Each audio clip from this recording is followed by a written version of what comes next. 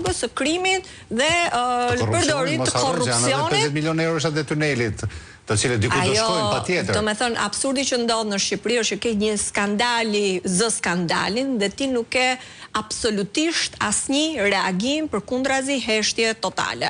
Pra, nëse diskutojmë sot buxhetin në kuvend, edhe sa vi nga një dëgjes edhe një debat që kishim me ministrin e arsimit për çështjen e arsimit, që është debati më i rëndësishëm për mua në parlament për sa i përket krizës në për cilën kalon edukimi, ke një buxhet absolutisht qesharak, 2.5% prodhimit brendshëm bruto, dhe ti ngre pyetjen pse nuk ka para buxheti? Absolutisht jo.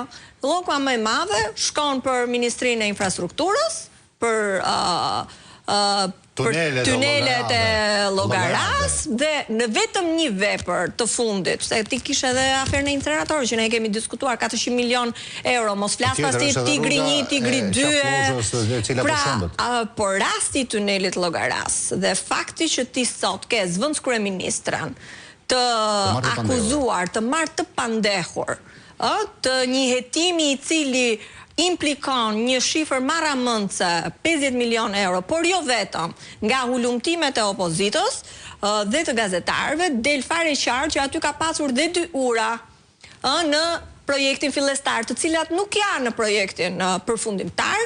Këto ura parashikojnë një buxhet rreth 25 milion euro. Pra praktikisht i nuk ke 50 milion euro vjedhje, por ke 75 milion euro vjedhje. Dhe ekspertët po flasin për ditë për faktin që nuk është bërë në cilësinë e duhur ai tunel, që nuk është bërë kolaudimi final i këtij tuneli, ndërkohë që ftohen turistët, gjithë qytetarët, pra jemi të rrezikuar për sa kohë nuk ka përfunduar kolaudimi final i tunelit të Llogaras, dhe se si ndrohen tendera nga thirrja e parë në thirrjen e dytë në komunikime direkte të ministres me varësit e saj, dhe se si gjithë ky mekanizëm absolutisht drejtohet nga Edi Rama.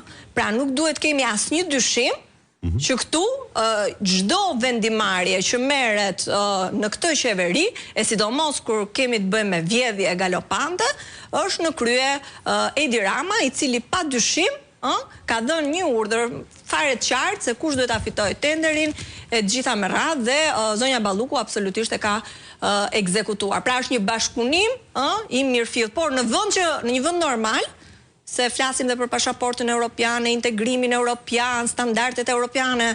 Standardet europiane është në momentin që akuzohet ka raste ku japin dorëheqjen ministrat caktuar. Pra këtu duhet kishte rënë e gjithë qeveria, që për mua ka rënë komplet moralisht dhe praktikisht ka ardhur si pasojë e vjedhjes votës e tjerë me radhë, nuk është një qeveri legjitime absolutisht. A mund të flasim për standarde europiane në një moment kur një vend akuzohet se është i vetmi narkoshteti i Europës?